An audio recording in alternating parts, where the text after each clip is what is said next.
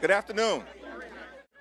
Good afternoon. It's a high honor and a distinct privilege to be joined today by Whip Catherine Clark, Caucus Chair Pete Aguilar, members of House Democratic leadership, and the House Democratic Caucus. House Democrats are here on the Capitol steps to reiterate our strong opposition to this spending bill because it fails to address the Republican health care crisis and it fails to extend the Affordable Care Act tax credits. House Democrats will continue to support our men and women in uniform. We will continue to support hardworking federal employees. We will continue to support our law enforcement personnel. House Democrats will continue to support our air traffic controllers. We will continue to support our TSA agents. We will continue to support our civil servants who have been under attack since day one of the Trump administration. But we cannot support the Republican effort to gut the health care of the American people.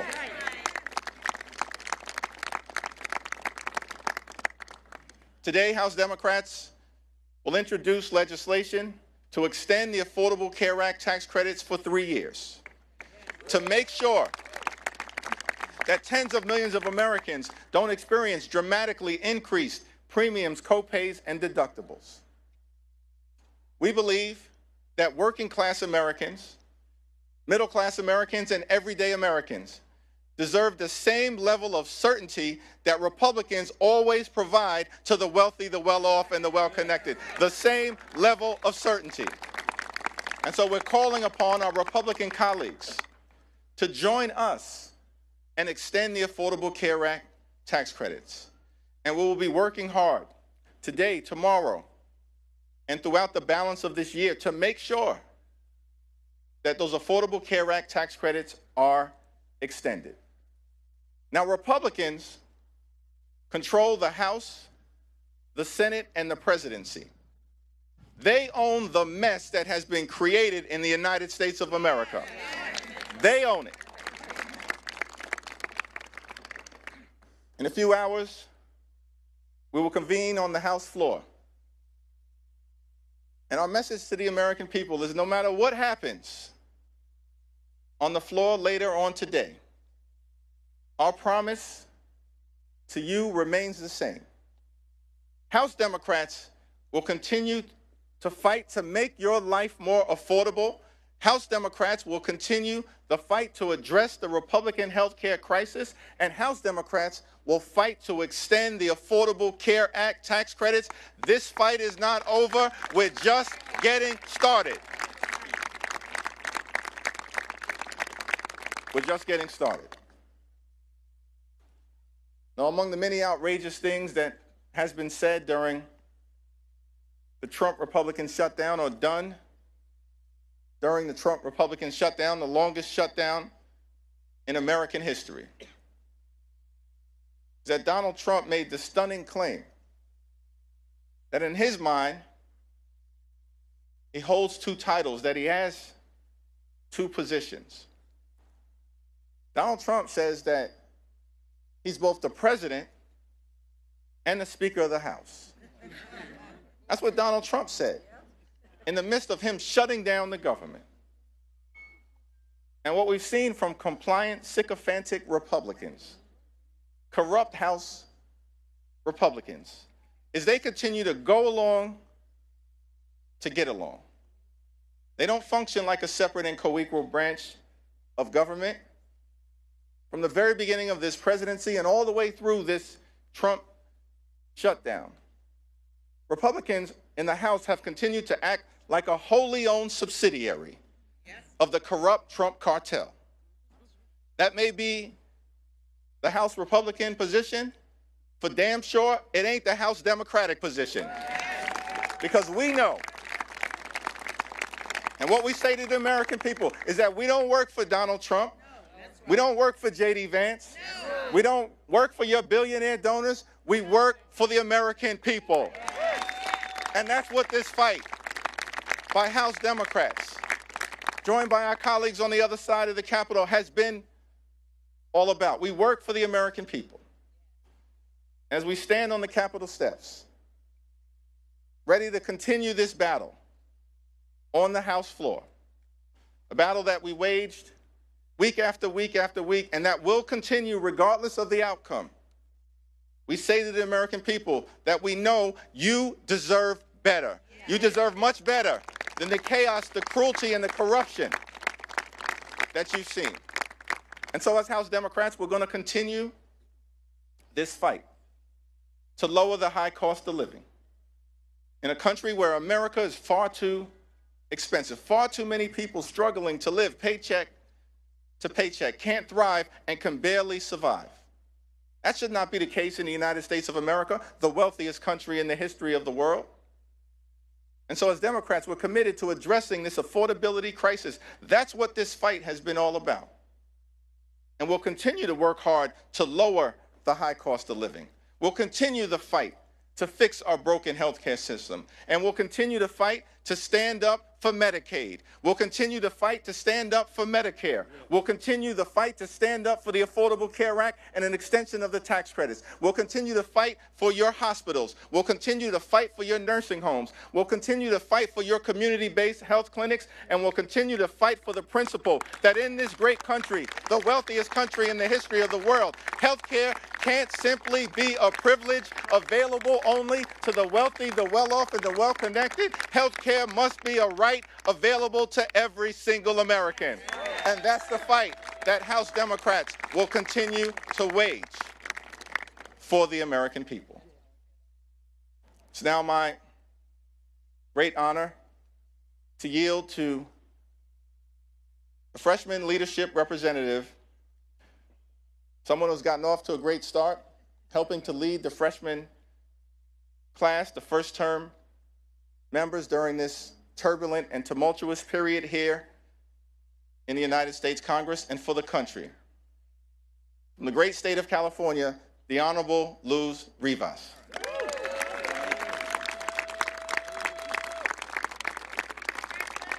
Thank you, Leader Jeffries, Whip Clark, and Chair Aguilar for your leadership.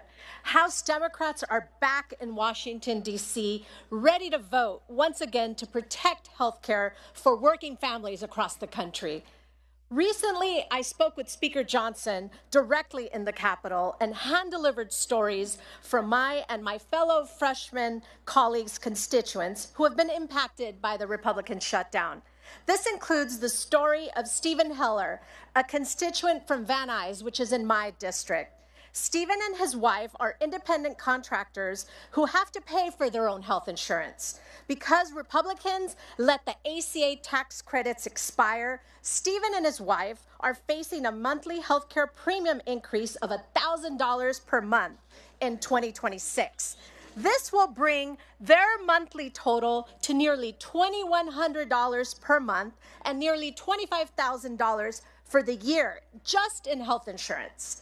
That is, in Stephen's own words, a terrible financial blow and an enormous financial burden.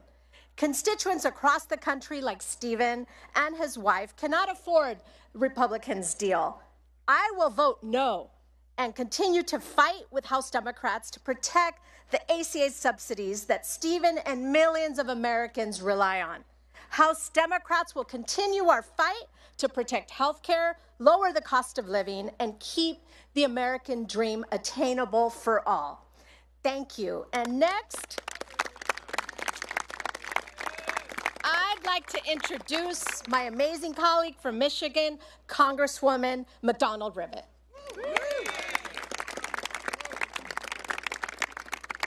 Thank you very much. I come from mid-Michigan, the part of the country where workers actually invented the American dream, to work hard enough to pay your bills, put a little bit away, and take your kids on vacation every once in a while. But the dream is further and further out of reach. In my district, 70% of our jobs pay less than $60,000 a year. So this healthcare crisis that Republicans have created, $1 trillion in Medicaid cuts, and gutting the ACA in order to pay for the tax break for the ultra-wealthy, is making things so much harder. So let me give you an example. A couple in my district, they actually go to my church. called and told me they're in their 60s and they rely on the ACA tax credits to pay their insurance premiums. But now, because the Republicans have failed to extend these credits, their insurance premiums are going to jump by $11,000 next year. An impossible sum for people on the edge of retirement. Health insurance already consumes 72% of their retirement income. Let me say that again. 72% of their retirement income, and is about to go up another $11,000. That means they're facing devastating choices between doctor's visits and paying the mortgage, between cancer screenings and putting food on the table, between prescription drugs and heating their home. Or even, frankly, to get insurance at all. They told me, and this is a direct quote, they are strongly considering going without coverage and taking their chances rather than continuing to pay the premium. Because here's the reality. They actually can't pay that premium. I came to Congress, we all came to Congress to help people like them. Lower cost, better care, more jobs. One easy critical step is simply passing to extend the ACA credits. Yes. It is time we pass it before they pay the cost. Thank you. It is my pleasure to introduce my colleague from California, Representative Tran.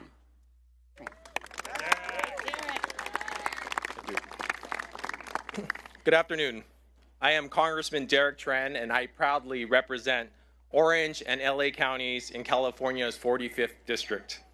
Today, I want to share the story of Peter and Esther. Peter and Esther are retired and living in Orange County, California. They're on a limited income, and their health insurance costs are overwhelming. They pay over $18,000 every year just in health care premiums. And next year, their costs are going up to over $21,000. When you're retired and living on a fixed income, that kind of cost increase can be devastating. Peter has been trying to get his wife, Esther, on Medicaid so she can get the care she deserves without going bankrupt. But he keeps hitting roadblocks. The red tape, long lines, and staffing shortages preventing Esther from even being considered for Medicaid coverage is harmful to our country. And instead of joining us to fix this crisis, the Republican majority has demanded more cuts, causing more pain and suffering for the American people. I am here today for people like Peter and Esther. They deserve better than this. Every American deserves better than this. While we're fighting for health care, Republicans are fighting for tax cuts for the billionaires. I'll keep fighting to make sure people like Peter and Esther can afford the care that they deserve. And I hope our colleagues on the other side of the aisle will join us. Thank you so much. It is with great privilege that I introduce and yield time to Congresswoman Sarah McBride from the great state of Delaware. Thank you so much, Representative. Thank you so much, Leader Jeffries, Whip Clark, and Chair Aguilar for bringing us together today. We stand here today, 42 days into a government shutdown and 54 days since the House last met, because Republicans have presented the American people with a false choice between reopening government and addressing this healthcare crisis. There is simply no reason why we can't do both. The only thing that has been standing in our way is Republican cruelty. Republicans have played a game of chicken with food assistance, travel safety, and federal paychecks, all because they will stop at nothing to cut your health care. The only thing that congressional Republicans are more loyal to than Donald Trump is to cutting the health care of the American people. Let's be clear. This healthcare crisis is a choice by congressional Republicans and Donald Trump, who have inserted a $1 trillion bomb into the American healthcare system. And it is starting to go off. Millions right now are facing skyrocketing premiums. The largest cut to Medicaid in American history is on the horizon. Rural hospitals will close. Doctors' offices will shutter. Donald Trump loves to own things and slap his name on them. Well, he now owns the American healthcare system. It is Trump care. Millions losing coverage, that's Trump care. Americans paying more for insurance, that's Trump care.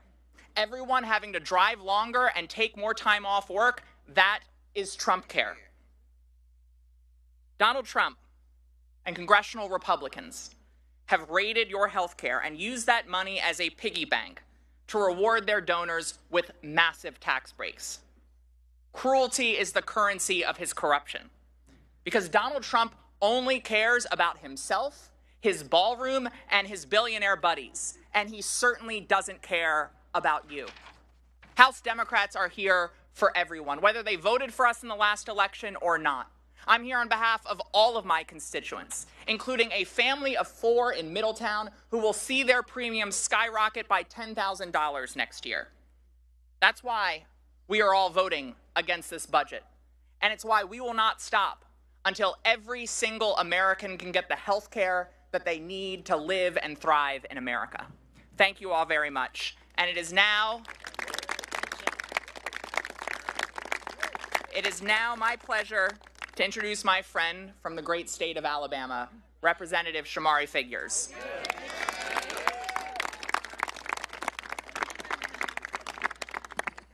Thank you. House Democrats just spent the better part of the last 40-plus days fighting to keep health care affordable for millions of Americans, while our House Republican colleagues were on a taxpayer-funded vacation. During this shutdown, the realities hit home for a lot of people. Mothers had to worry about how they would take care of their children, their babies, without WIC. Families stood in pantry lines. Families are still standing in food pantry lines in the month of November, the month of Thanksgiving, because SNAP benefits were expired, and this administration chose to use them as pawns in this game. Capitol Police officers, members of the military, my staff, all of our staff, and millions of other federal workers had to deal with the uncertainty and the stresses of missing paychecks. And for what in the end? What were Republicans willing to give in the end? Nothing more than a handshake deal to take a future vote on extending the health care subsidies, when we all know that that future vote is the equivalent of asking 2 wolves and a chicken to vote on what's for dinner. It is dead on arrival.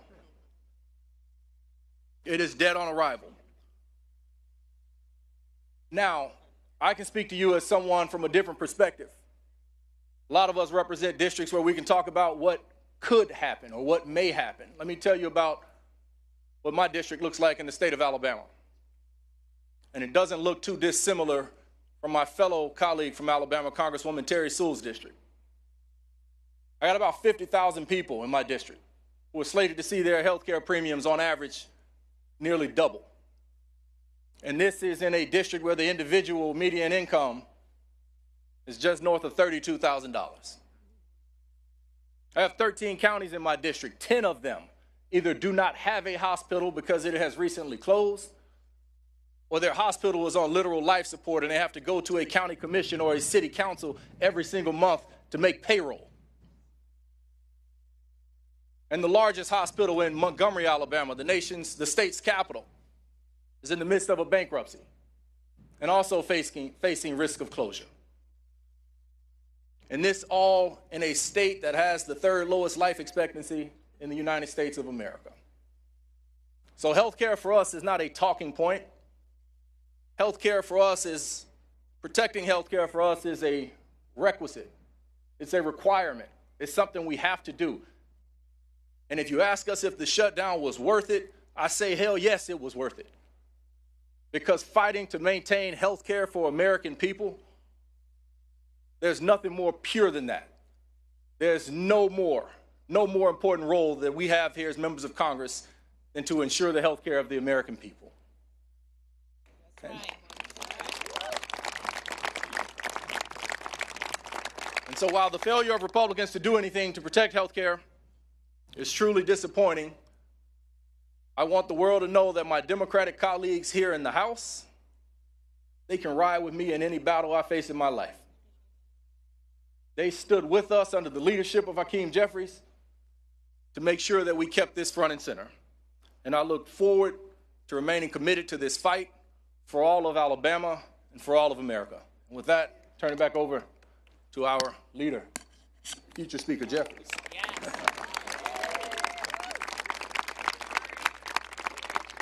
I want to thank all of our distinguished colleagues who spoke so powerfully and eloquently about the nature of this fight that we continue to wage on behalf of the American people. And these are first-term members of Congress.